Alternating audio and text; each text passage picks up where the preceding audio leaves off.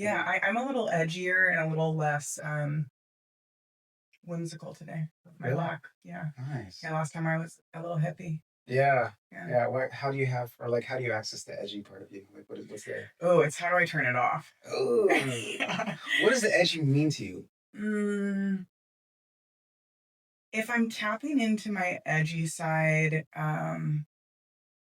it would be like the traits that express in the shadow as substance abuse and depression, Hmm. and kind of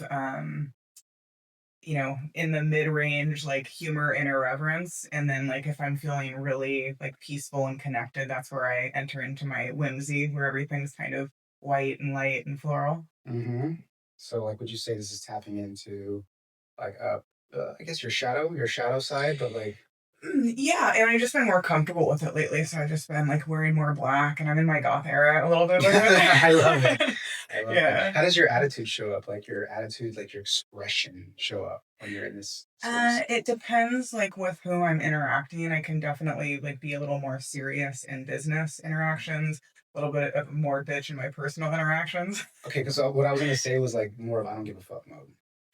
Uh, yeah, yeah, mhm, Okay. mhm. I think I read somewhere about you. Maybe it was a comment.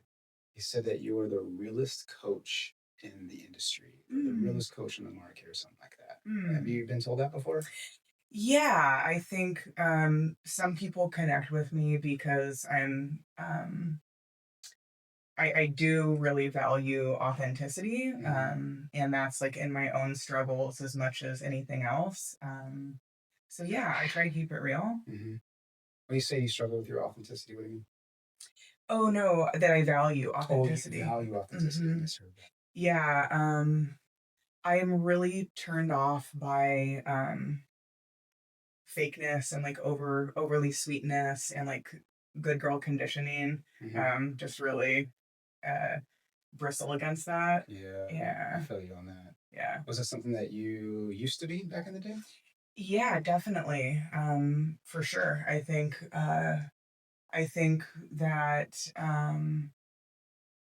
when I look at sort of like conditioning, I think that like in society, like women in general are sort of expected to keep things like connected and smooth and happy. And I think that we don't always feel that way. So Hmm. it's important to me that,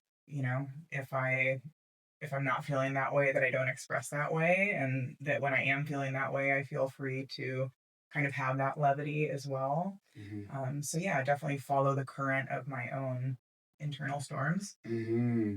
Was there something that switched for you recently that had you tap into the more edgy side?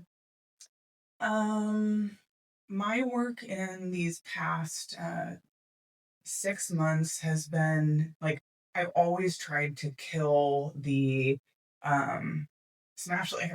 I've always tried to kill Smashly, and just coming to terms with like these traits of extremes and fun and party and substance use. Like these are part of the corners of my personality that make me me, and I don't have to completely suffocate them. There's a time and a place for them to be expressed. But they also don't have to run the show.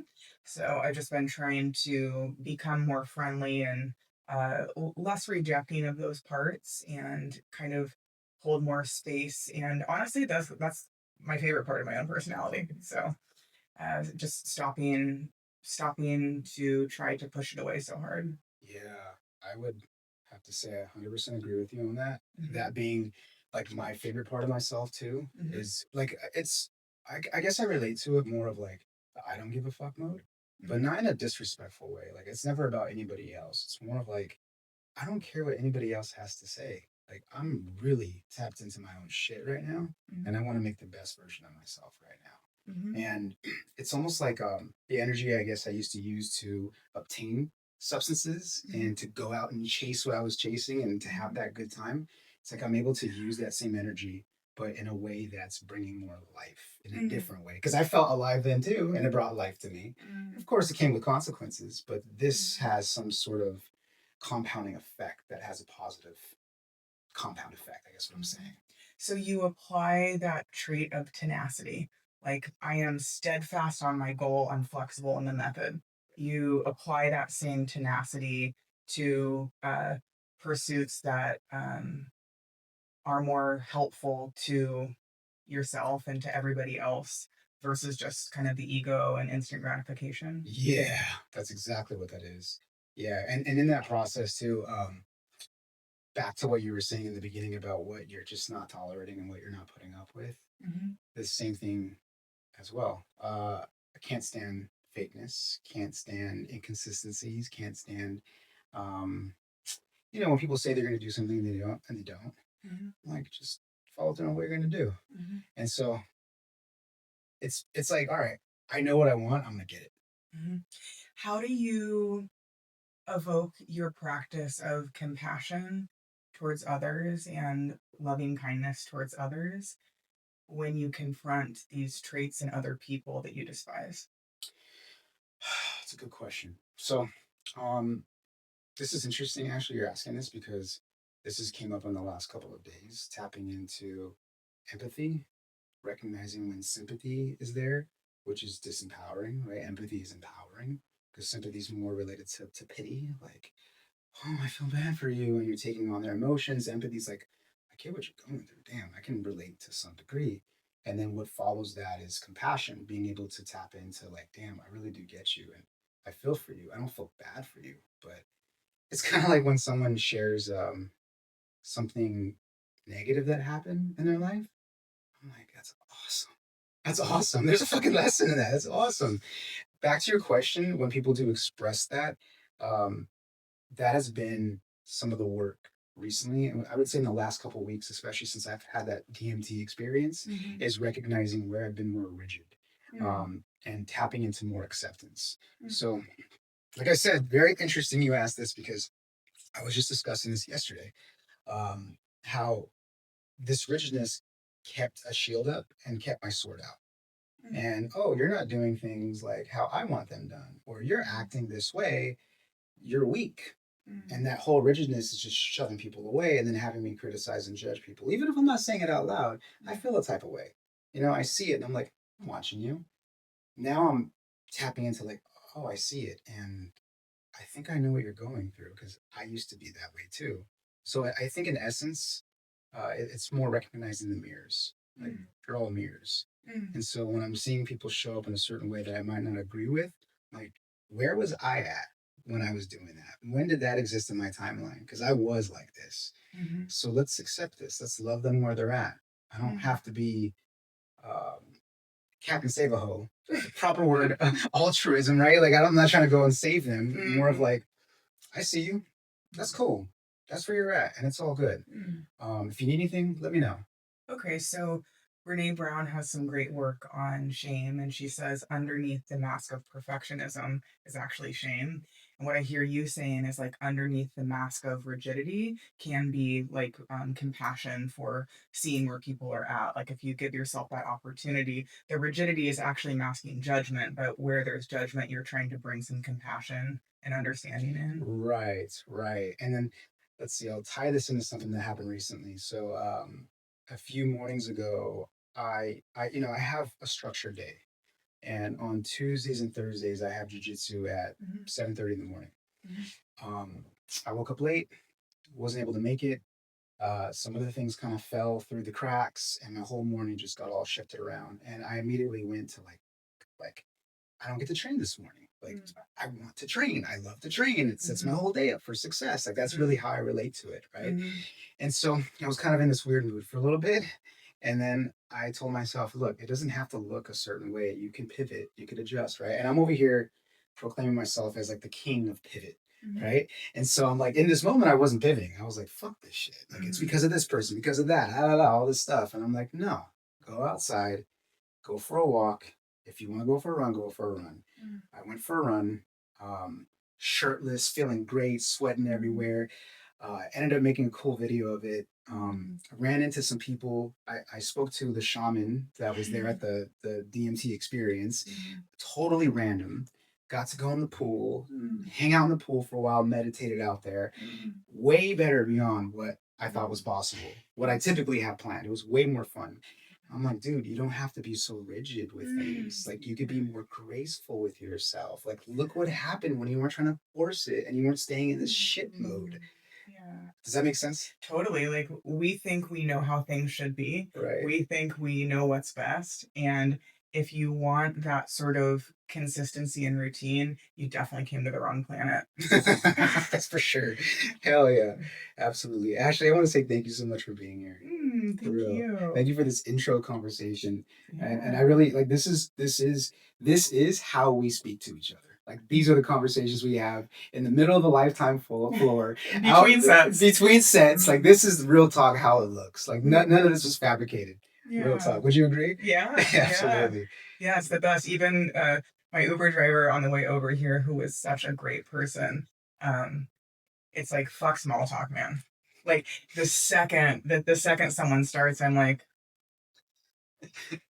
I hesitate for this to be on camera, so I hope you edit it out. But like between my friends and I, I'm always like, nothing makes my pussy drier than like X, Y, and Z with my husband, you know? And it's like, yeah, nothing turns me off more than if someone's like, oh my God, it's raining today. It's like, really? Like, that's how we're going to use our time here? You have to remind me what to edit out. Yeah. Because I'm like, I forget. Yeah. Yeah. So, yeah, no small talk you were saying this morning. Bullshit. Yeah. Yeah, I know. We go deep into rabbit holes sometimes. Yeah. And then I noticed, though, like you, it's either you or I are like have to cut it off. Like, all right. I know. Yeah. It's like we have 25 minutes to get this workout in. Yeah. So I like to start off these podcasts highlighting a few things that stand out to me. And one of them is this. I didn't mention this when we had round one of this podcast, right? One of them is I notice when you do cut off. Like, you're like, I'm done with this conversation. You're not rude about it. You're just like, okay, cool, bye. And you just bounce. In the beginning, I was like, what just happened? Did I say something wrong? But I'm like, no, she's just being responsible for her energy, and she's focused and intentional on what she's doing here at the gym or whatever you're doing. And I appreciate that. I really do appreciate that about you. Like, and the reason why I think is because like you're unapologetic. Like, you're being you. And I respect that massively about you. I used to carry a buzzer and I would be like, time's up, and then I would walk away, but that really turned people off. So I stopped doing that. Really? No, I'm just kidding. Have you been told this before? Has someone pointed it out to you before? No. But that's interesting. Yeah, I definitely like I definitely love our conversations, and yeah, this is a good format for them because they can go on for a long time. Yeah. I never take it personally. I think it's cool how you do that. I had a buddy of mine. His name's Kyle. He comes here to Lifetime, and he was like, "How do you stop conversations when you're in the middle of working out?" I was like, "Oh, you just say, all right, bro, I gotta go." Bye. Yeah. And I thought about you. I was like, do what Ashley does. All right, peace. I'm out. Yeah. And then you just bounce. Yeah. Another thing that I really appreciate you too is this is when I first recognized you. I first noticed you, and then shortly after we met and we spoke, your focus and intentionality in the gym. Dude, you were a badass in the gym. Killing it. The first time I saw you, I was like, who is that? Just dripping everywhere, like nonstop, doing some sort of HIIT workout, it looked like. What is it that drives you in the gym? Like, what is it that has you so focused? So do you take anything before? I'm kidding about that. A pre-workout sometimes. Like I like Celsius or Alani. Walk in there with 200 milligrams of straight caffeine, baby. Yeah. So yeah, like that would be a pre-workout if I decided to take one.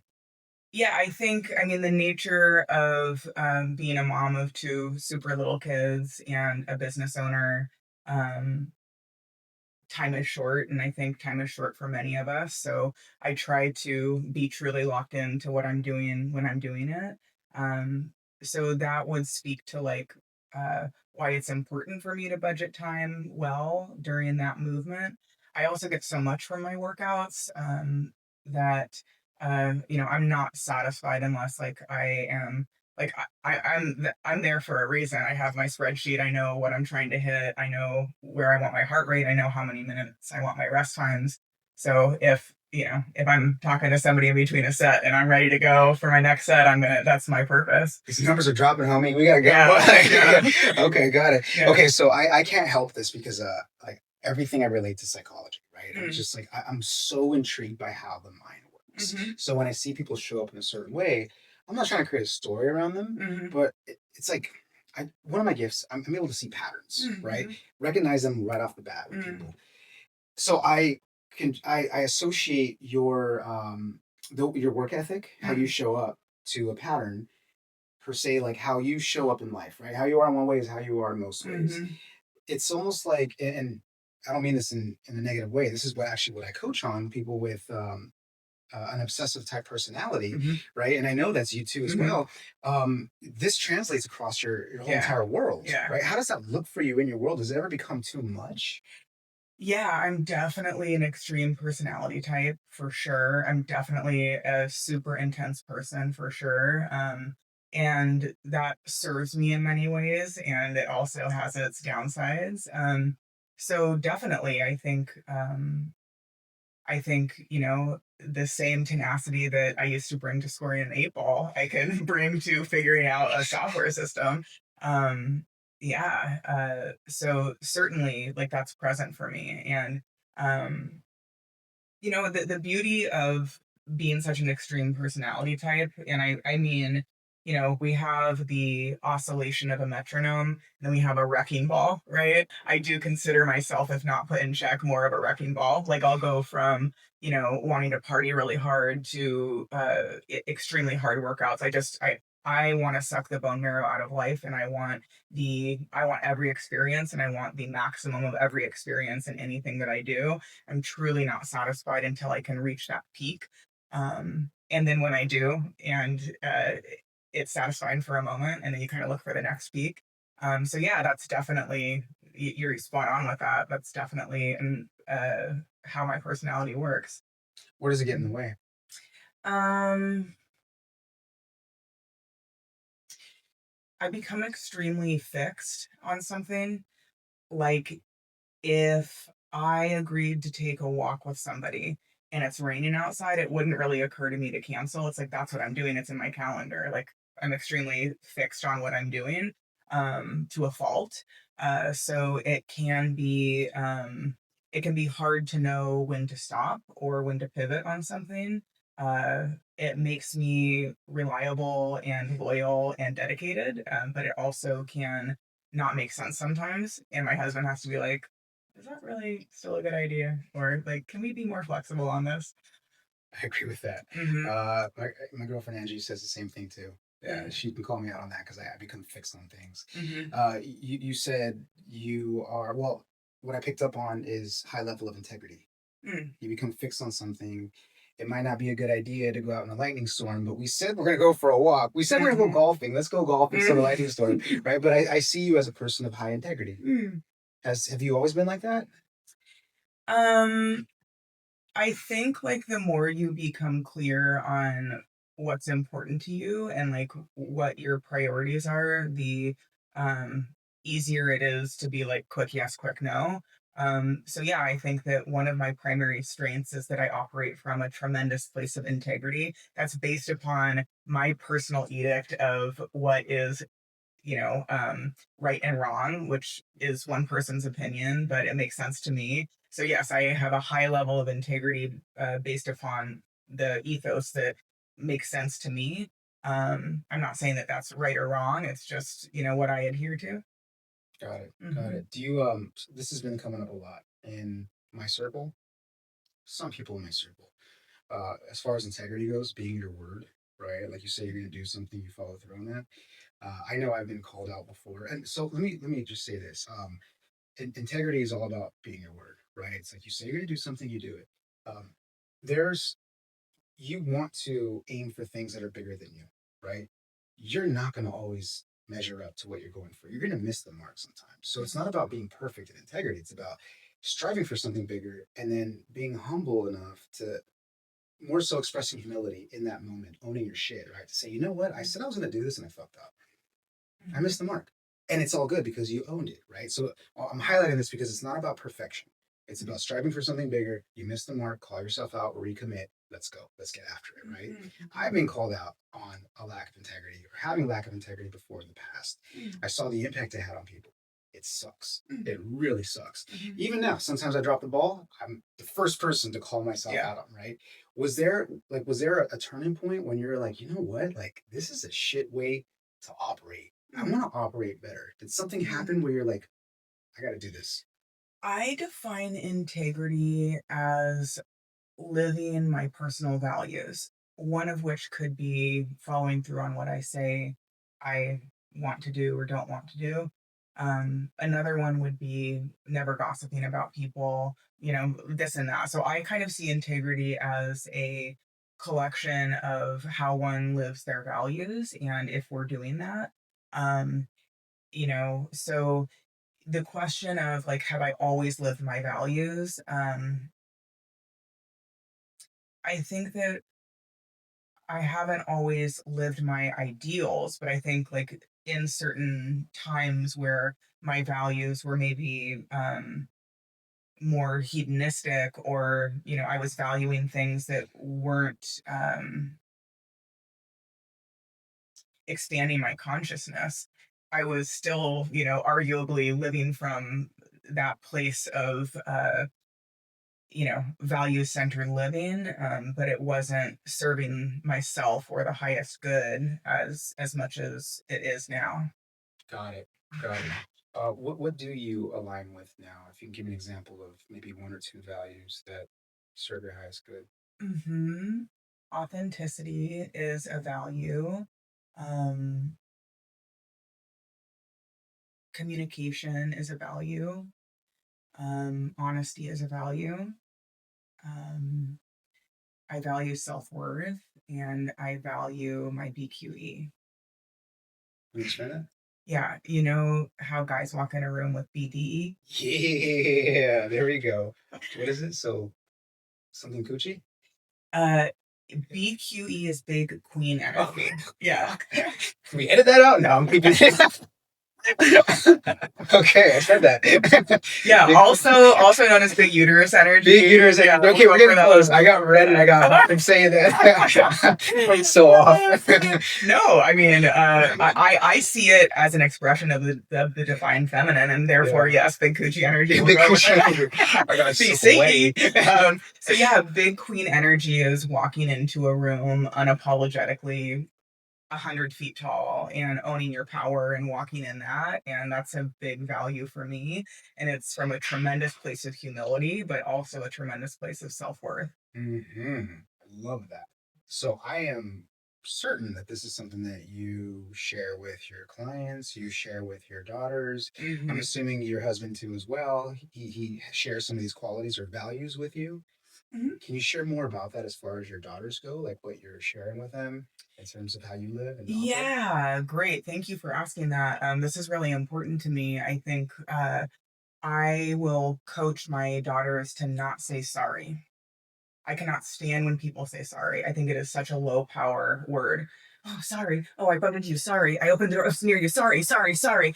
If I could eliminate the word sorry from every woman's vocabulary, unless they're genuinely have done something wrong and they need to be culpable for something, that is the one thing I would do with my magic wand. So when it comes to parenting, when it comes to coaching, I really, I really believe that removing the word sorry is an important thing to role model and to call out. Hmm. Um, that is one way. I think um, just owning your power, walking into a room and knowing that you belong there, walking into the heavyweight section at the gym and knowing that you belong there. That's kind of walking in with that presence of self worth and humility. And so that can be coached and taught primarily through role modeling, but I think explicitly through correcting things like the term I'm sorry, which is one of my favorite things to catch real quick. Absolutely. So, what would you? I'm in total alignment with you on this. Hmm. I forgot where I learned that from, but I remember when I first learned about that. Don't apologize. Are you apologizing for existing? Yeah. I think you even asked me to when I shared with you about the whole Bono prayer. The I Mm, love. Please forgive me. Thank you. I love you. I'm sorry. And you're like, what does mm, I'm sorry mean? mm, Anyways, we'll tap back into that. I'm asking this for people who do struggle, who have the habit mhm, of saying I'm sorry for anything and everything, right? mhm. Ultimately for existing. How would you advise someone to change that, to transform that in their language? Like, how would they understand this and make this transformation? Mhm. I think that the "I'm sorry" comes from a root of, self-worth and self-esteem issues. And so we have an entire series of coaching practices at Mothership to address this. But the two resources that I would guide people to that are wanting to work on this would be um, Jamie Kern Lima's book Worthy on self worth. And there's a great yellow notebook on Amazon for $12 called the Self Esteem Workbook, which does a beautiful job. I think it's such a wonderful workbook. And it guides one through the process of truly observing their worth and their importance in the order of all things. Yeah, I remember that book. Yeah. Yeah. How has this shown up for you with your daughters as far as them receiving this information? Like, what have you noticed about them that has changed? Yeah. I think that it's tough because like I'm a very strong personality, and so people are going to interface with me differently. And you have kids, so you know that like they're just kind of born the way that they are. And sure, there's some conditioning that can happen over time, but the nature piece is strong. And one of my daughters, at least for now, is so similar to my personality as it is now that it's like no problem for her. But that's also probably the lack of self consciousness that a really little kid has. And so for our older daughter, I know I can be a lot. Like I can be a lot as a parent. I can be really intense fun, and also really intense in terms of like what I need and want to happen in the household. So, if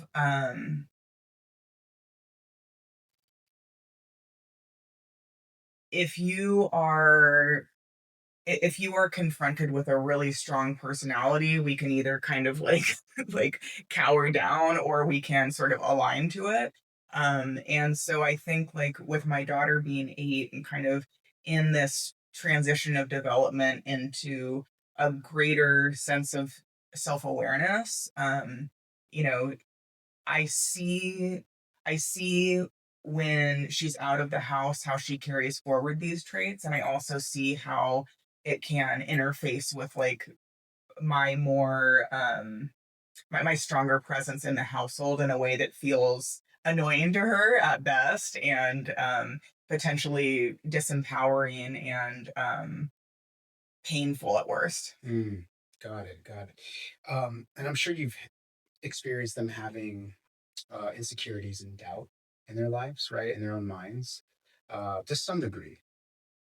What is that? What do the conversations look like to help them understand and course correct? um my husband was raised by two math teachers, and he's amazing at math, and he homeschools Ruby in many different areas, especially over summer. So she feels really confident in math. Like her math skills are insane. I'm so proud of her. I'm so proud of him for how they've developed this. But there are moments when she comes up against difficulty in that long division or whatever she's kind of focused on, and she can cry and she can say like it's just too hard, I can't do it. And my role in that moment is just I'm not the teacher in that role.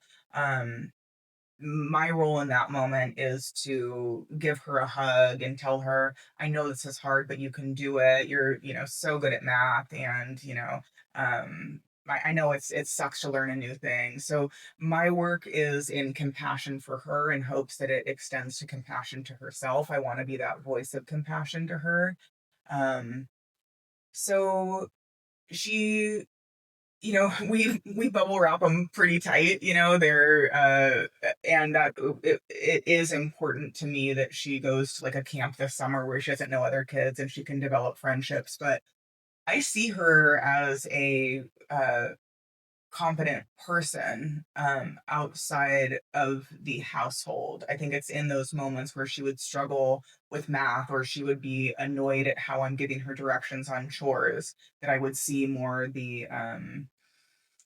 uh, that piece of self doubt. Got it.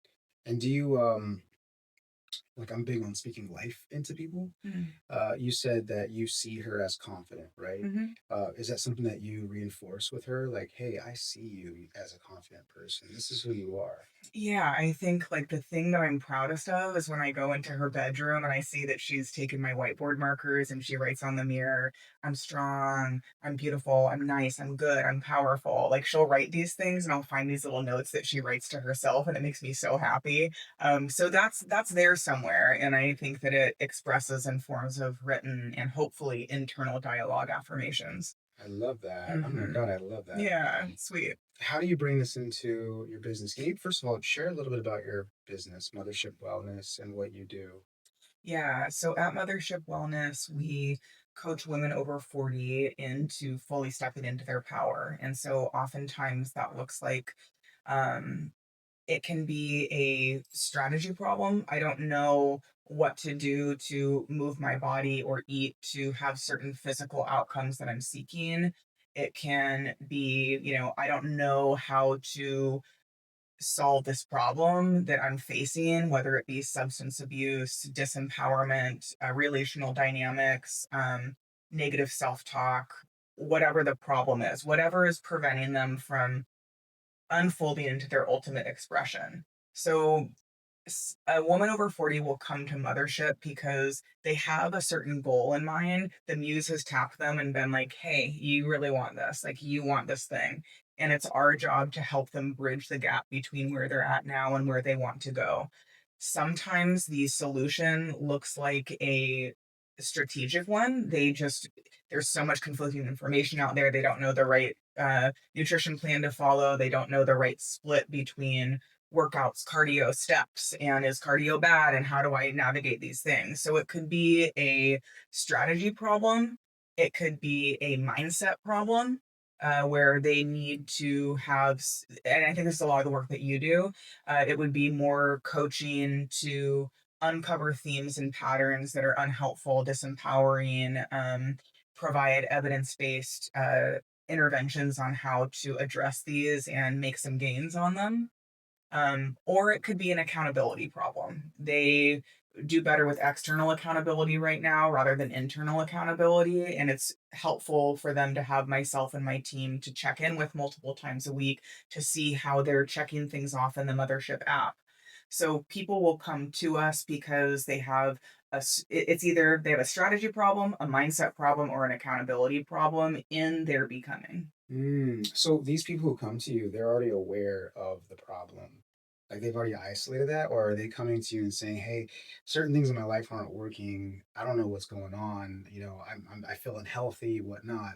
Mhm. I'm sure they come to you with surface level problems, and you get down to the root. Is that Mhm. usually how it works out? Mhm. Yeah. Yeah. What are the surface level problems that people come to you with? And the reason why I ask this is because there are people who are going to see this and they're going to be like, "Wait, there's deeper layers to this? I Mhm. thought it was just a weight issue or a hormonal issue or just something like Mhm. that."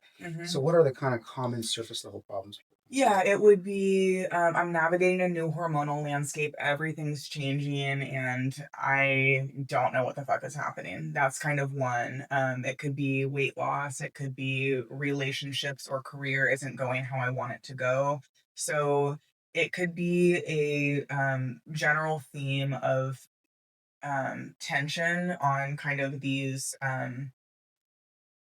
outcome orientation pieces. So it's the outcome of career, it's the outcome of relationship, it's the outcome of health, it's the outcome of fitness, it's the outcome of how they feel on a day-to-day basis. That's kind of the problem. And then when we reverse engineer it and we trace it back to um you know, what it's really about, then we understand that it could be a more of a time management problem. It could be a focus issue. It could be trauma patterns emerging from childhood. So, yeah, people would come to me for more outcome oriented problems. And then our job is to trace it back and set goals in the areas of life that will make the most impact on those outcomes eventually.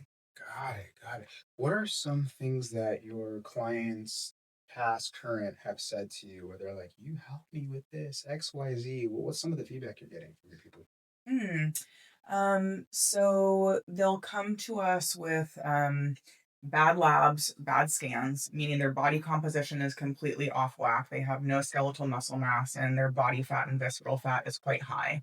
That is something that, we correct for them. They'll come to us because their labs are off, either through a Dutch test or through phlebotomy labs, blood labs, and they get a wake up call that something needs to change. Um, so we help a lot with body recomposition. We help a lot with labs and scans. Um, Confidence is probably the biggest one that we really help with confidence. I think partially that's because um, the team member at Mothership is finally working on what they need to be working on, and they feel good about that, and they have real strategic support to accomplish that. But yeah, it would be body composition, labs, confidence, just a overall feeling of internal balance. I think there is no such thing as balance for a busy working mom. Balance is fake. You only have 100 energy coins to put into career, self, family, and you can't put 100% into one of those buckets because then the rest have 0%. And so we also wouldn't be satisfied if each bucket only had 33 coins because then we're operating at 33% capacity in each domain. So what we do as a busy working mom is we build acceptance around some days work is going to get 80 of the coins and there's only 20 left for me and my family. And other days I'm going to get 80 of the coins and the other 20 need to be split between work and family. So I think it's building acceptance around the concept that balance doesn't exist, and if it would be quite unsatisfying because you wouldn't be operating at any level optimally. Um, what we can only seek for is internal balance, which means that we're spending some of those energy coins on ourselves. And we need to be doing that because busy working moms often spend all their energy coins on work and family and zero on themselves, and that has a negative effect. How do you share this with a busy mom who has a shitload going on? Like, Mhm. how do you get her to see this? Like what Mhm. you just said, as far as balance goes, and being able to allocate what's necessary to enhance their life. Mhm. Because I'm sure, last thing here, because I'm sure like they're so attached to like this is the way it has to be. Like, what do you say? How do you guide someone through Mhm. Is it working? that? um, and the answer is it's not. And you raise a great point that, this is my career. This is decades of personal work, decades of schooling, decades of certifications. You cannot like matrix plug that into somebody's neck. But what I can do is I can build the Mothership app to have 5 things a day when they open up their profile that they need to do to get to where they want to go. And all of those are rooted in evidence based intervention. What I can do is provide a school platform to my teams. They can go in and search for anything from alcohol to macros, and they can watch videos that I've recorded and helpful resources on these topics. They can join one of our 8 team calls where we get on, and it's a group of women just like them who are all sharing the same issues, and we can talk through it. So my hope is that one of those channels resonates, and if not all, and that when a member joins our team, they have an opportunity to join live the calls, to open up the app and see just the 5 things they need to do, or explore the school platform when they have time, or my Instagram page. That's my hope that one of those vehicles connects to how they can begin to generate curiosity around those messages. I love that. So in my mind, I was thinking, ask her about the Mothership Wellness app because it's the second time you mentioned it. Mhm. You answered my question. What is it? What does it contain? Like, what is it Mhm. like in there? So, can you expand upon that so people know about? Sure. So in the Mothership app, we have several group chats, everything from a group chat on sex to a group chat on Aesthetics Anonymous, which is all about hair highlights and Botox, to a group chat on training and food and local Miami resources, whatever their pleasure is. So we have the group chats going, which is a confidential, safe place for folks to share. In the app, we also have links to all of our Zoom calls throughout the week, whether those are fitness training calls or coaching calls that people hop in and share. When you open up your individual profile in the Mothership app, you have an ability to log and track all of your food, see any of the habits or workouts that you have for that day, mark them off as you go so that I can see them and hold you accountable to them. There are entry points for dependent variables, whether somebody's trying to lower their blood pressure, get more skeletal muscle mass, or achieve some aesthetic changes with their physique. All of those dependent variable entries are put into the app again so I can see it. Their smartwatch connects to the app so I can see their sleep scores and their step count and all of that. So it's a really comprehensive snapshot for me to be able to see how my clients are performing, and similarly for them to not be so overwhelmed by everything and like just go to their homepage and see the 5 things that they have that day, and if they want they can pop into the group chat and see what vibrator is good. Wow, this sounds. Oh, wait, see what I missed that. See what vibrator is good. Yeah, Got it. Got it. it's the magic wand if you were Yeah. wondering. It almost flew over my head. I was like, okay, cool. I ran into somebody who knows you, who's I believe in your mothership app, right? Is that how Yeah. you say mothership app? In your program, Mothership app, she described it as a program, Mhm. and she spoke very highly of you. And Mm. I asked her, I said, "Have you ever told her any of this?" And she says, "No, not yet." And Mm. I said, when you had came to me and you said that you watched the other podcasts I put out, Mm. it completely just lightened up my day and made me feel great. Aw. So I'm like, I really think you should tell Ashley this. Aw.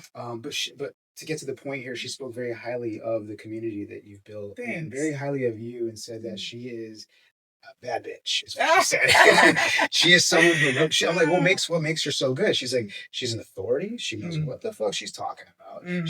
She lives and breathes this work, and Mm. that's what matters most of all. So I don't Mm. know if she. I'm Thank gonna leave this you. person anonymous, but like, Thank you. yes, this was That's the very truth. kind. Yeah, Thank you. I thought that was pretty awesome to hear. Yeah, that means so much. I think that the selfish thing is I get as much out of being a team member on my own team as hopefully my clients do. You know, that is kind of like in the dark of the night, especially like, as much as I feel very passionate about community and giving to others, I selfishly get so much from running this company. So yeah, it's as much for me as it is for everybody else. I truly consider myself a member of the team, and I think anytime we operate in a place of leadership, it helps us stay more accountable as well. So yeah, I think that I do more so I can be more for my team, and that is very motivating. I'm such a goddamn big believer in that. Yeah. I see it as like constantly pushing back the outer rim so more people can expand too as well. So it's like you're pushing it back by doing the work, going Yeah. deeper into yourself to Yeah. hold more space, to be exposed to what's real. Like, how can you lead someone if you're not doing the work? For sure. And yeah, I couldn't agree more. Mhm.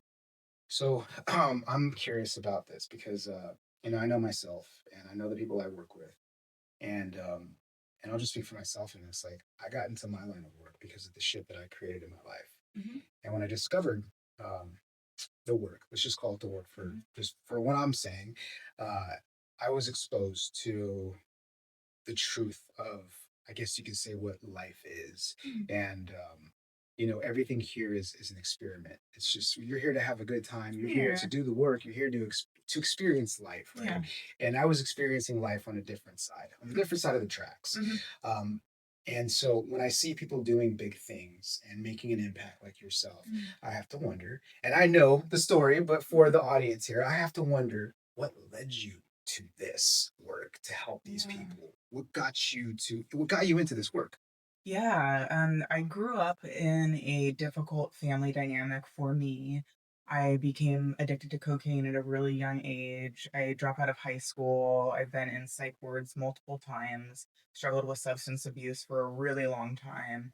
So, yeah, my journey in that really led me to this reckoning point where I understood that in order to have the experience that I truly wanted on this material plane, I needed to change my behavior.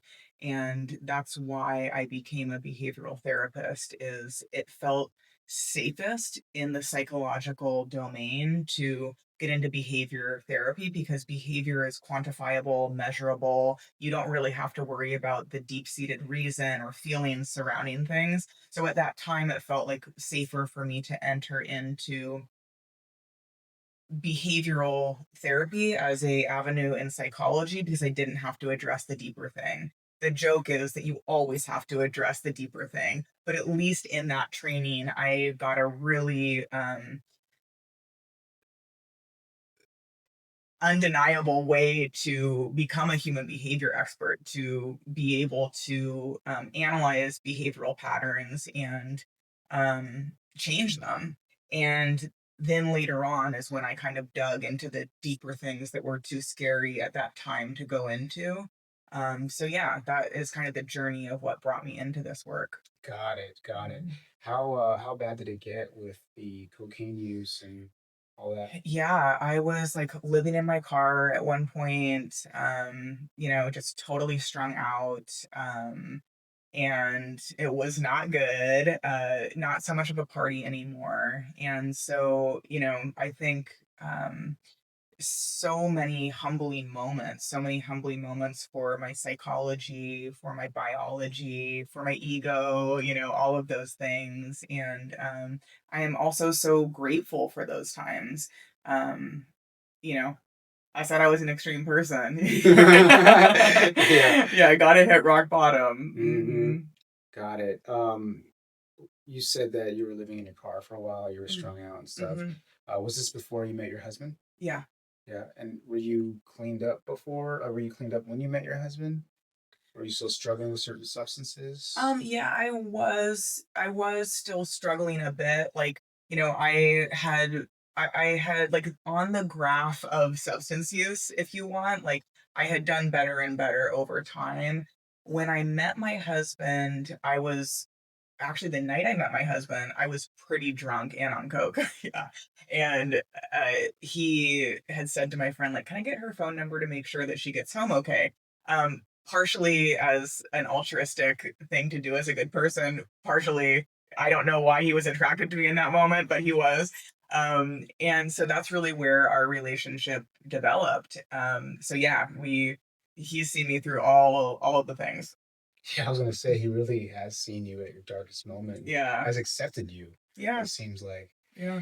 Would you say that? Well, let me ask you this: what was contributing to the drug use? Like, what had you in it? Um, I really gravitated towards stimulants, I think, A, because my personal chemistry does really well with like something that sharpens my focus.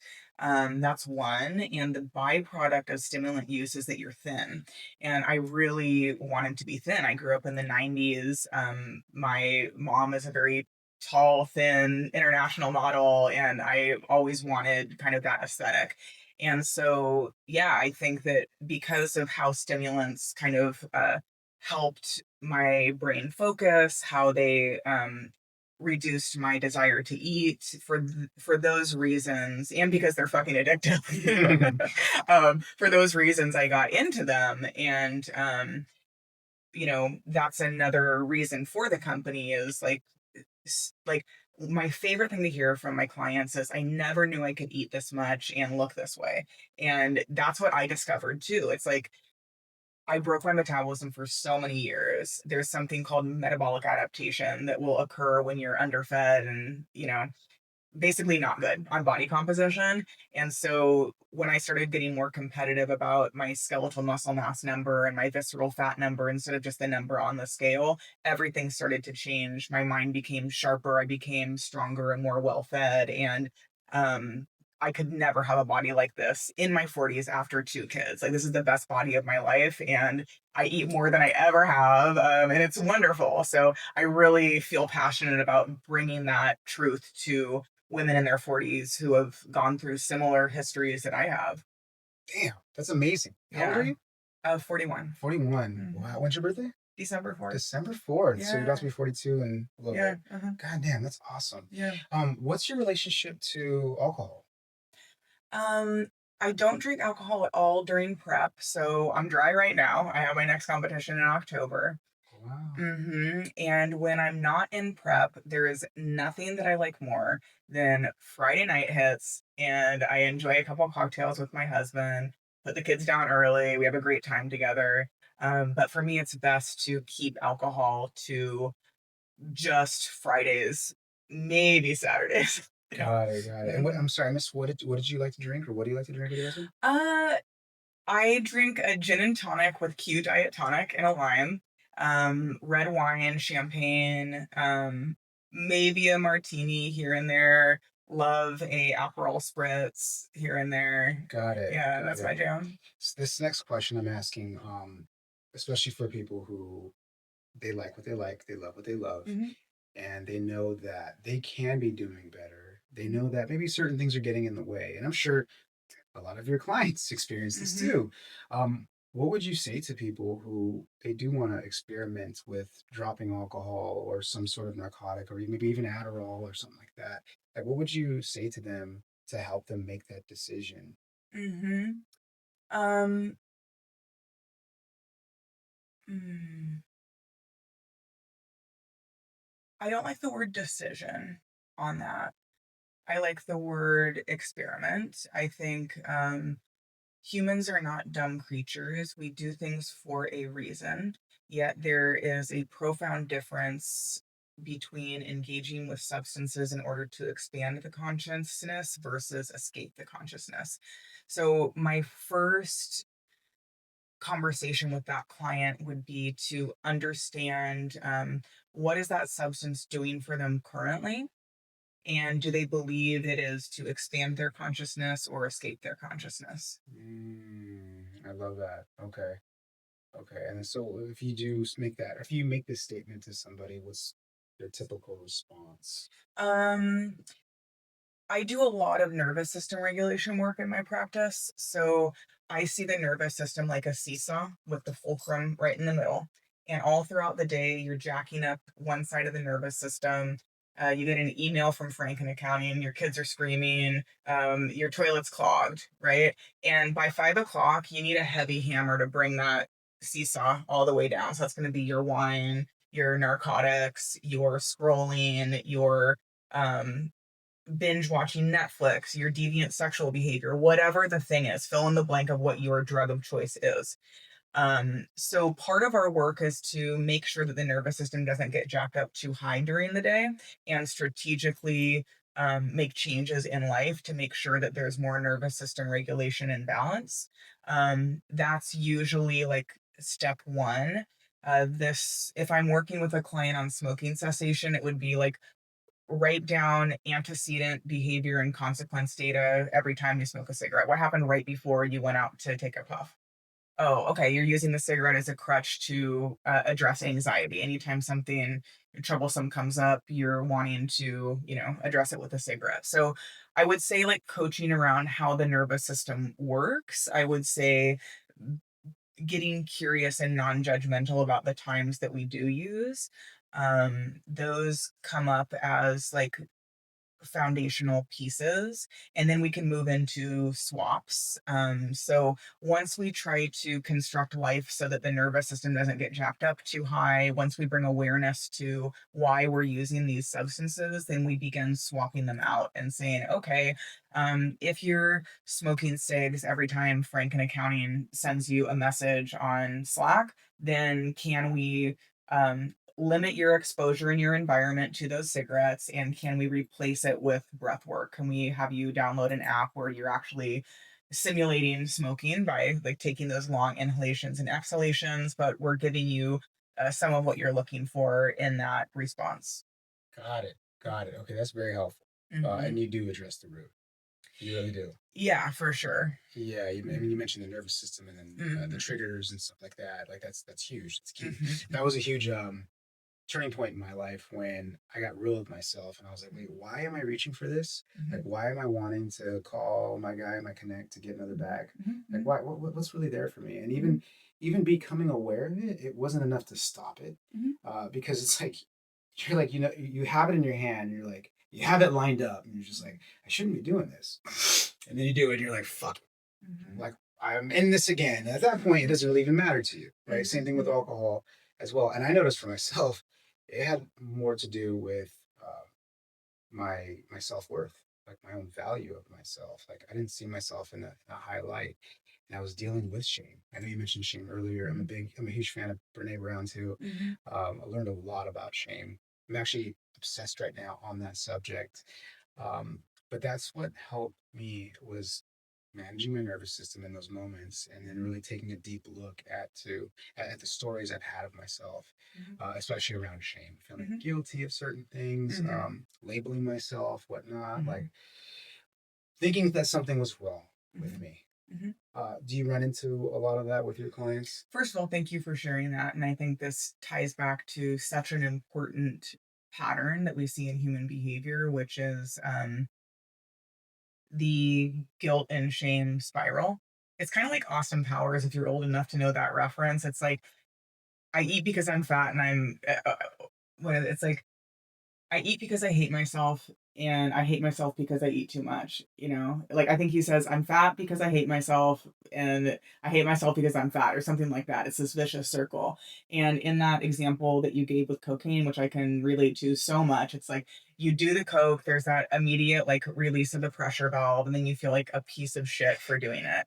And then that guilt comes back, and that guilt drives you to want to use again, and then you use, and then you feel guilty for it. Um, so I love the quote, and this applies again. Like, I have zero moralism about substance use because fill in the blank on whatever your thing is. Um, there's a great quote that says, if you eat like an asshole, don't treat yourself like an asshole because of it, because you just compound the problem and you make it worse. I love that. Yeah, and so it's like if you're gonna do drugs like an asshole, then don't treat yourself like an asshole afterwards. The best thing you can do is come with loving kindness and compassion to yourself. And I think Kristen Neff's work on self-compassion and her four-part framework on how to build a better inner dialogue between you and yourself, you and your inner child about some of the ways that we're too hard on ourselves can be really helpful there. Mm-hmm. Absolutely. I agree with that too, on point. And there were moments where, yeah, I would judge myself for doing it. I mean, it's really hard to judge yourself while you're high as fuck. You're not really thinking about the judgment. You're thinking about like, I got more to do, and this feels Mhm. amazing. Yeah. Yeah, what does Coke make you feel like? People ask. I'm like, "It makes you feel like you wanna do more Coke." That's what. Yeah, yeah. You have like a 21-minute window until you're gonna do it again. Yeah. Yeah. Um, I relate cocaine use with a bunch of broken promises to myself. It's Mm. like, afterwards, right? And like you're thinking about it and you're like, I shouldn't be doing this, and then you do it and you're like, this feels amazing, like screw it. You're not really thinking about I should be doing this anymore until after it's 6 in the morning or 4 in the morning, Yeah. and you're running low and you're like, okay, fuck, like I'm Mhm. in this shit again. I said I'm never gonna do this again. Mhm. And I felt like that was a major trap for me. I said I was Mhm. never gonna do this again, that shame and that guilt. And then I stopped saying that to myself. I'm like, you just keep lying to yourself. You know you're gonna do it again. And when I started to accept that part of Yeah. it, like I'm probably gonna do it again. And then I didn't feel bad about it Yeah. anymore. I felt bad from not having any sleep Yeah. and whatnot, right? Like Yeah. that part. Yeah. But I started to lose Oh, that pressure I was oh, putting on myself. Does that's that so make sense to beautiful. you? I love that. I love that so much. I think, um we feel like self-flagellation will help us. That if we reject self and we say, "You're such a piece of shit. I can't believe you did that again after you said you weren't going to do it again," that it'll somehow correct us into behaving differently. And the research on that is like false, right? It does not work. And I think the best thing that we can do always is approach ourselves with loving kindness. And it's like somehow we think that hating ourselves will change our behavior, and it absolutely doesn't. We started the conversation talking about the integration of the dark and the light and like my goth era. And I think part of that is like, yes, everything's better when you stop trying to push push that dark side completely away. Elizabeth Gilbert has a really great piece on this about your demons. And she goes, everything changed for me when I began seeing my demons not as these like huge scary monsters, but when we peek under the bed at those monsters, they're just little children and they're wanting to get certain needs met. And she said, I realize that I have to be the parent of all these little parts of me. And you know what? Hey, shame. Hey, fear. Hey, anxiety. I see you. I know you're trying to help here. Mhm. Get in the car. You're part of the family. You're never going to leave, but I'm driving the car. You have to get Mhm. in the back seat. You have to get in your little child safety belt, you know. Mhm. You're trying to help. You're part of the family. You don't need to go away, but you can't drive the car. I'm in charge here. And so I think it is about saying there is part of the self that can sit in that place of grace and forward movement and love and peace and all of those demons or dark parts. Don't try to keep them out of the car. Invite them in. They're there for a reason, but put them in the back seat. Yeah, this is so odd. I'm not even like surprised. It's not really odd. It's just interesting how you brought this up. I had a dream years ago. I've never shared this with anybody.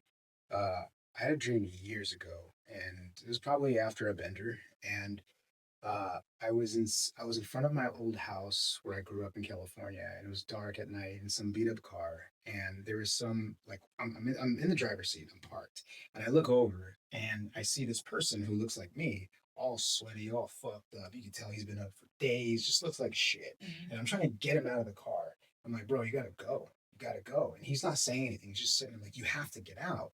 And I kept having this sensation, this feeling like, ask him where he needs to go. Yeah, And I didn't want to do it. I was like, yeah, no, I want him to get out of my car. Like, he yeah, needs to get out. mhm, And it wasn't until later on when I realized that that was me I yeah, was trying to get rid of. Like, yeah, I should have asked him, not should have, I hate to shit on things, but like, mhm, ask him where he needs to go. yeah, And I think it was around that time, it must have been around, I don't know, it was about 10 years ago where I was like, I started doing the deep shadow work. And I started to realize that, and this is where I came up.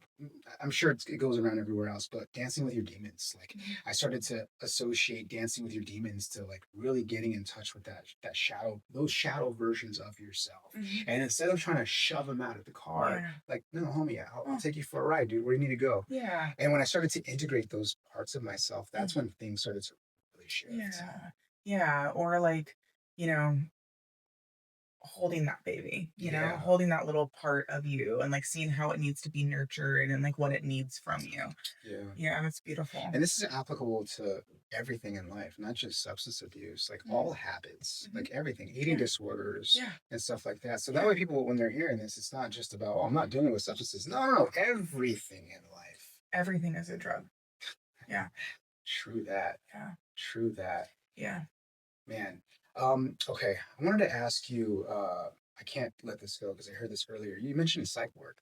yeah. Yeah. Mhm. Share briefly about that. Yeah, so my first time in a mental institution was when I was about 17 or 18, and I had overdosed on what I thought was coke, but I think was China white heroin. And I had passed out for a few days at home. My parents were out of the country, my sister was at college, and my aunt and my uncle found me.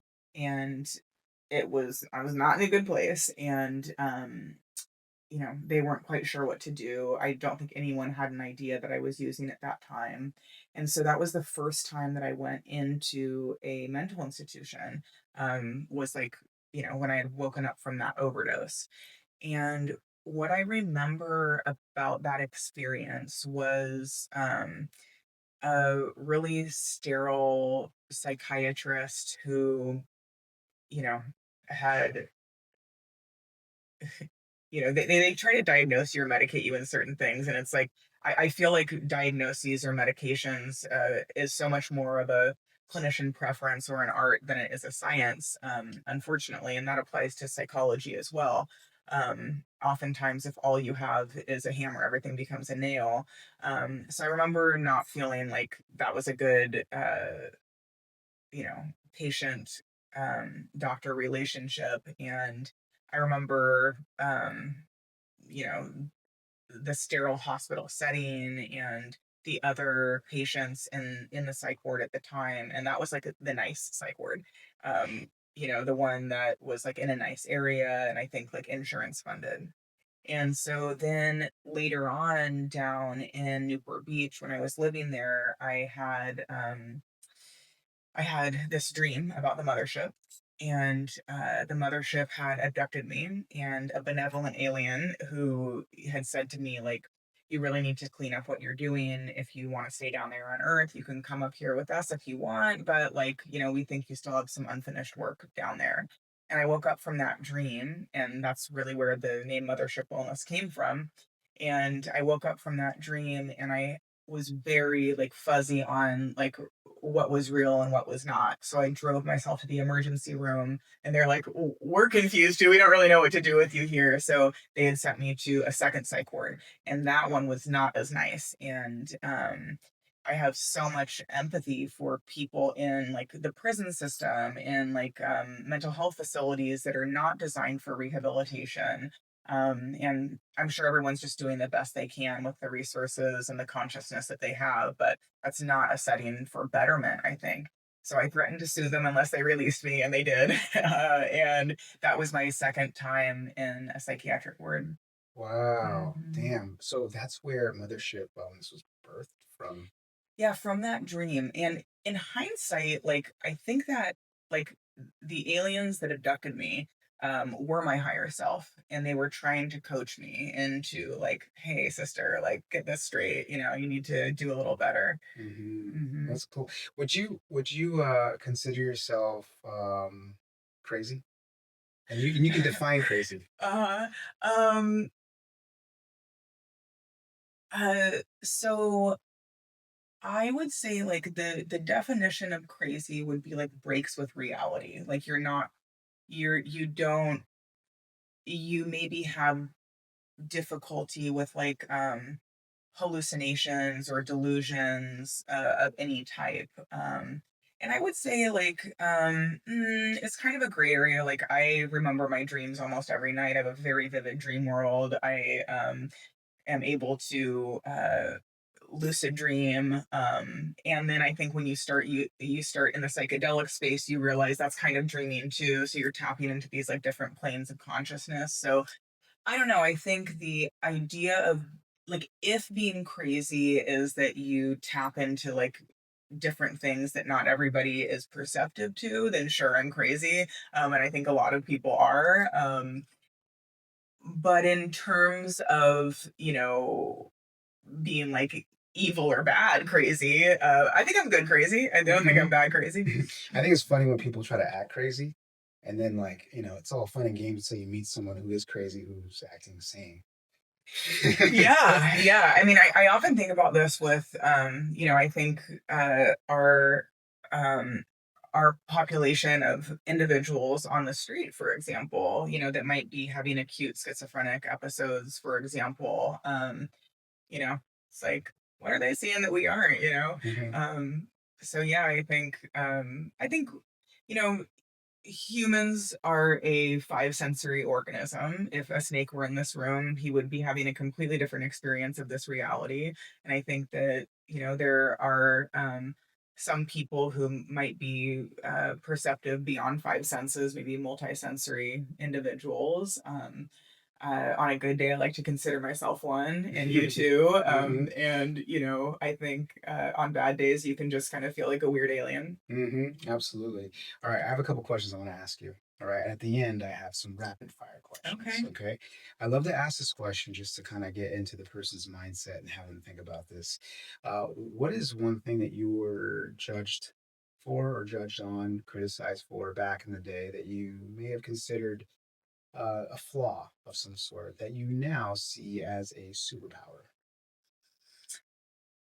I have been told that I'm blunt and intimidating. That would be like the feedback. And I can understand where that comes from. Um, and I also don't want to change it. Hell yeah. Yeah. Hell yeah. What do you love about that, about yourself? I really value honesty. Like honesty is a value that I have. I'm I'm direct and kind and honest. And that can come across as blunt. If I'm referred to as intimidating, I think that's somebody else's issue with walking in their own power. So I don't see that that's about me. I would see that that's about them. And if they really got to know me, they would know that I am kind and direct and honest. I love that, and probably because I know that to be myself, Hmm. and that is something that I love about my girlfriend, Hmm. Angie. She will tell you straight up, like, I know she's gonna keep it 100. Yeah. So I respect you for this because I love people who show up. Hmm. Like, you could say that's being authentic, you could say that's just being real, you could say that's part of your personality, whatever you want to call it. It's just you're showing up as you, and it's like unfiltered. Hmm. And it shows up in your work, it shows up in your content. Hmm. It's obvious. It sticks out. Mm. I respect you for that. Thank you. That's dope. I'm gonna refer here because I Yeah. have some questions, other questions here. Um, okay, the switch, right? I like to ask about the switch. We hit these points in our life where we're like, fuck, like I can't keep going like this. Like this needs to stop. And Hmm. something switches. For me, it was uh 2011, 12, and I thought I was gonna OD on Coke. And it led to me questioning everything about my world. I was seeing shadow people all the time Yeah. around me. Yeah. Have you ever seen shadow people before? No? Okay, we Yeah. don't talk about that. So Mhm. I was seeing these figures bouncing around the walls just in the like shadows, and I'm like, I'm going crazy. This is Mhm. nuts. And then this is what led to my spiritual awakening because I'm like, Mhm. there has to be more. Yeah. And that was one of the switches. I had many switches after that, Mhm. but I think that I firmly believe that we hit. You don't have to, but I think when people make big changes in their life and they lead a big life and they make a dent in the universe, Mhm. um, something switched in their mind. They made up their mind about something. They turned their back on something. Mhm. Well, what is that for you? We view growth of our children as this like linear progression, but there are days that they don't grow at all, and then days that they grow, and then like days that they don't grow at all, and then like they grow an inch. And I think that that concept of quantum leaping is very like true for um our own awakenings. And I think that there are, little tiny quantum leaps that we have like over time. I think one of yours was this reckoning with the shadow people. I think one of mine was the mothership dream. Um, I've had a bunch of profound quantum accelerations in ayahuasca experiences, for example, and through the crumbling humility of motherhood, like all these different times that you kind of go through these like spurts, and you never remember it like in the depth of misery, but like it is in those deepest, darkest points of misery that you have the greatest opportunity for one of those quantum leaps. So I think that, many throughout time, like the mothership dream stands out. Certain epiphanies that I've had, like in dreams or ayahuasca experiences, stand out. Got it. Hmm. Got it. What do you question yourself on or about pertaining to like an insecurity or Hmm. doubt? Like what comes up for you? Yeah. Right now, I'm really wrestling with how much of what I do is coming from a place of ego versus coming from a place of alignment. And My belief is that I co-create with God. I co-create my experience here in this material plane to support other people, and that is what I consciously believe. And yet, I would be a complete idiot if I didn't recognize that I am super competitive with myself now, especially. Um, I am a bikini competitor in her 40s. I run a business that I am the face of that is all over media platforms. So I always will be checking like my ego compared to my purpose and my mission. Like that's something that is really present for me. Especially if I feel like my pursuits are taking time away from my children and my family and any responsibility that I consider to be that I am responsible for and important in the evolution of. Um, so yeah, I wrestle with the ego versus purpose piece a little bit. I love that. I Hmm. love that. How could I not forget to ask about your bikini competition? Mm, You had one, what was it, about a year ago or 8 months ago? April. In April. In Hmm. April. Okay. And then you said you have one in October. Hmm. You're in prep now, you mentioned. Hmm. We spoke briefly about we spoke briefly just after your last Mhm. competition, and you shared some lessons that you learned on Mhm. that. Mhm. Uh, Mhm. please share. Oh, so humbling. Yeah, I was so sure that I would win first place and get my pro card that first competition. I meditated on it every day. I did everything perfectly. Macro to the gram, training program to the rep to the calorie. I executed that with the utmost precision that I was capable of, and I thought, no question. Um, and I was definitely the best conditioned person competing. My posing wasn't the best. Um, and I was so humbled to get third place in that competition out of not many people. And I had a really difficult time with that. Yeah, that was a tough one.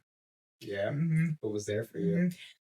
hmm Um, I think that like the when you try your best and you don't hit your own expectation, that is very difficult. And I think, um the universe is laughing because it's like huge lesson in perfectionism, in having to be the best, in what does this mean about you. So yeah, like just a lot of lessons in that. And that's another one is like, yeah, sure, like, well, why do another one? Why do another one? Oh, because I have to win first place and I have to get my pro card. you know um I don't let go of goals very easily. Like I really want that. And like I do believe that like anything that you really want, like you should pursue. And there's either a lesson there for you or there's glory there for you or a little bit of both. Mhm. And definitely I've had like a lot of lessons. Yeah, I mean, you said earlier you would walk in the rain since that was your agreement, right? You're not gonna Yeah. get so you're gonna Mhm. win first place and get your card. I really want to. I really want to. Yeah. But it's also like a beautiful lesson in being more process oriented versus outcome oriented. And I think I can get really fixed on like, this is the outcome I want, like, this is what needs to happen, while forgetting the journey is the reward and it's who you become in the process. And becoming a humble student of the craft. Mm. And I'm sure there are lessons all over this in martial arts as well. Oh yeah, Yeah, big time. I'm sure. And so, uh, yeah, we'll see how it goes in October. You mentioned prioritizing or valuing the process over the hmm outcome, right? And then being a humble student. What other things are you taking into this next competition or this next process that hmm maybe perhaps you didn't focus on last time? What are you enhancing this time? Um, More respect for the posing component. Um, I'm not operating this prep as perfectly. I took a bite of my kid's French toast yesterday, for example. It's really hard having kids home for summer and doing a prep and like cooking all their meals and having all their leftovers around. The food Uh, talks to you, huh? it does, it screams. But yeah, I am, it's gonna be in Northern California where I grew up. So there's like it would be a beautiful full circle moment. And like it will be regardless, regardless of the outcome. I just think being able to compete in like in my home state in the city that I grew up in like will be a beautiful full circle moment no matter what happens, just like the discipline that I bring to that prep and having it be in the same city that I used to score a lot of cocaine in, like that's gonna be just an awesome moment. And whatever the outcome of it will be fine, but I owe it to myself to try again. That's awesome. Yeah. That's awesome. So from NorCal, you're from, right? Yeah. Humboldt County, is that where you're The from? Bay Area. The Bay Area, Yeah, the Yay yeah, Area. yeah, Get 'em, get 'em. yeah. You like E40? Of course. Are you Hell kidding? yeah. That's like always what I'm listening to. That's funny. Yeah. So it's in October, Yeah. right? Are you going to be sharing content around Of this? course. Yeah, Yeah. the process. You're going to be sharing all that. Um, the content machine is tough. Yeah, I mean I'm trying to share as I go. So yeah. hmm Yeah. Okay. hmm I'm looking forward to seeing Yeah. this. Yeah. Hell hmm yeah.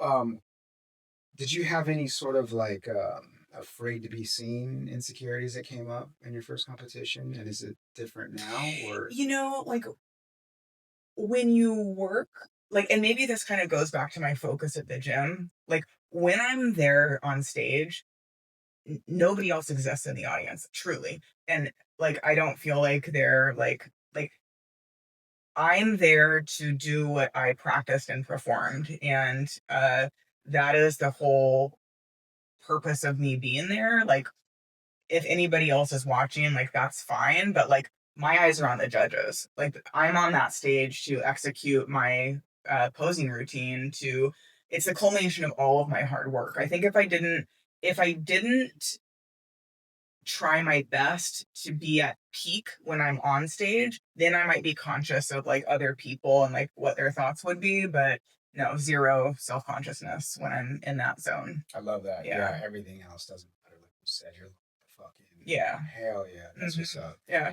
Okay. All right. Last question here before we get into the rapid fire. Okay. Okay. Um, what would you say is the most beneficial thing for a woman your age over 40 to start prioritizing right now, to start focusing Mm,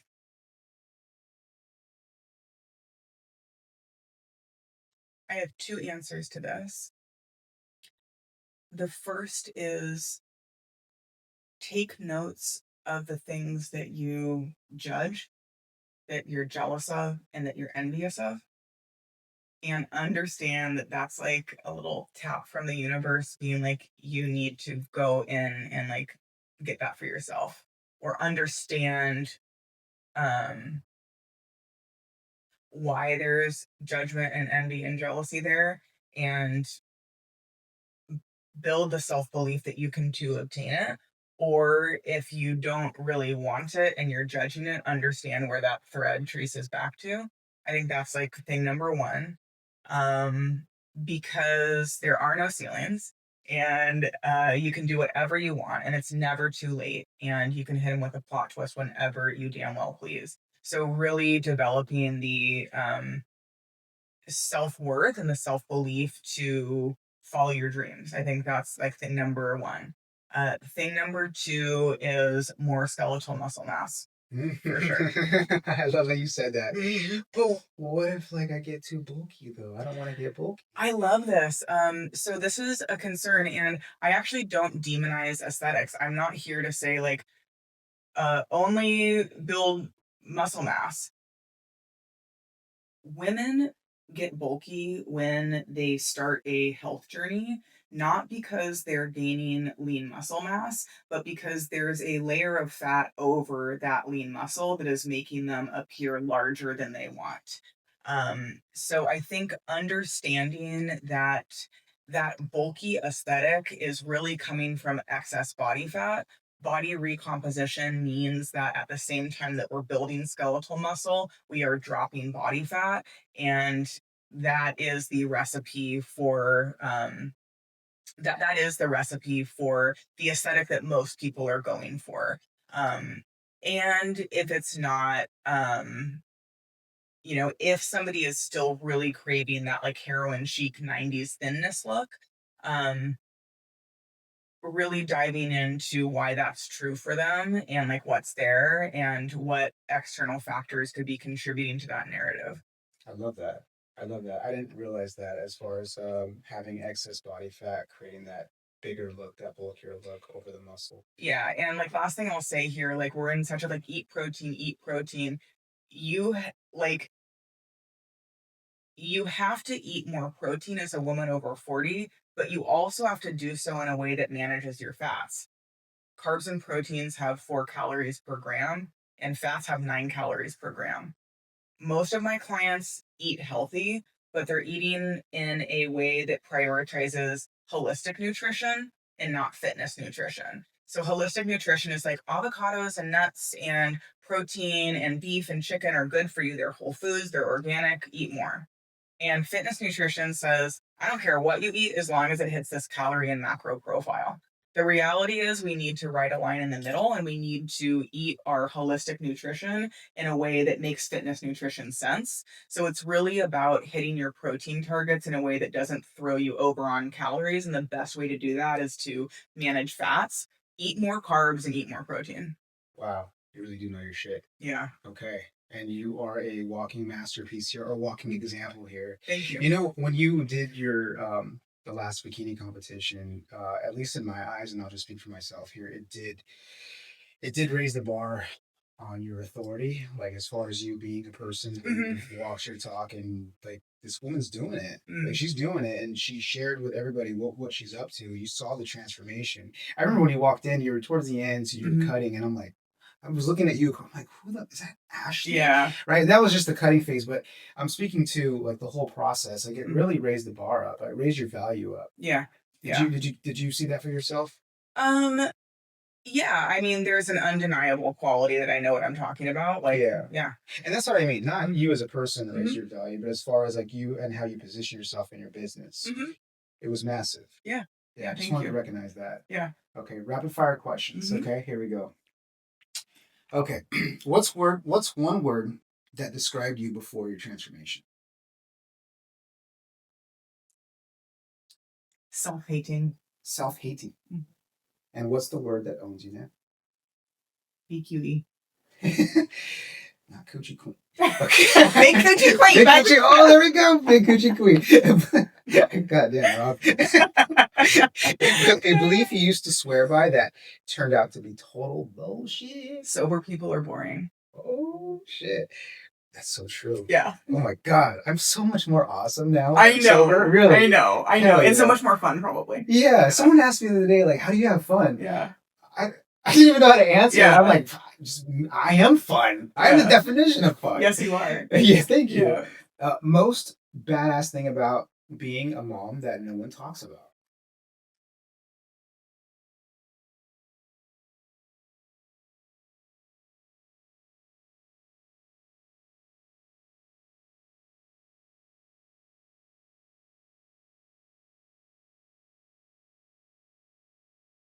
When you have the privilege of like really looking into your kid's eye or like holding them and understanding that like you were like a vehicle for them to be here, that the human organism without you doing a thing is able to develop this entire being inside of you and you're not consciously doing anything, and what a gift it is to be able to have like such a deeply impactful opportunity on this being's life, that you have the privilege to shape this human being in an intimate way that would carry with them for the rest of their life.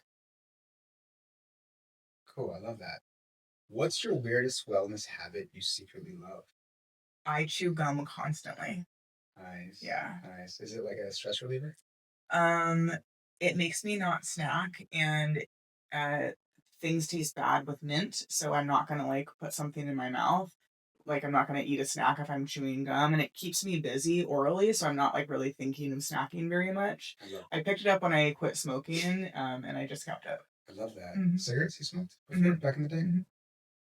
I used to only smoke like maybe a drag or two when I would get really drunk. Hmm. And then yeah, anyways, I don't know why I felt the need to add that in. Mm, All right. good. There we go. Good. Yep. Good. More you know, the more you Yeah, know the about more Rob. you know. Yeah. Synchronicity that made your jaw drop recently. Go. Hmm.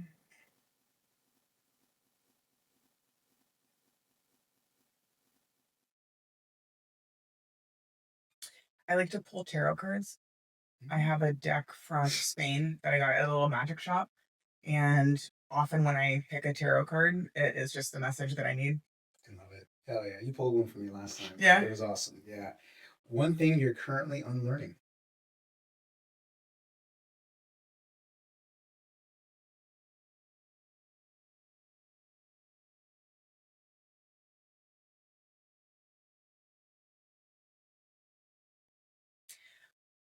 Unconsciously threatening people with the removal of my presence.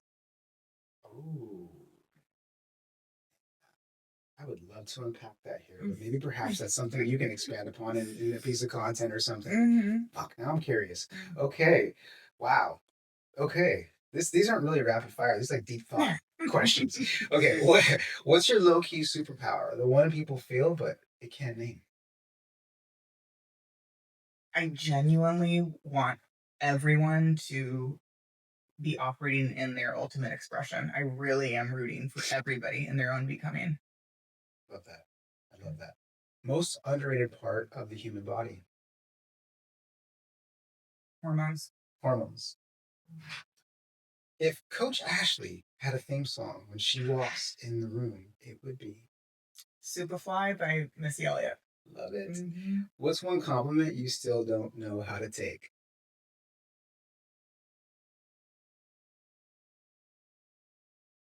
None. None. No. Okay. None come to mind. Okay. Yeah. Are you good at saying thank you? Thank you. Right? Yeah, my mom taught me that. I pay attention to that because I've heard people say compliments to you and you're like, thank you. Mm. Yeah, I recognize that stuff. Mm. You said your mom taught you? Yeah. Beautiful. God, I want to keep expanding upon this, but we're closing up here short in time. Last question here. If your mission had a warning label, what would it say?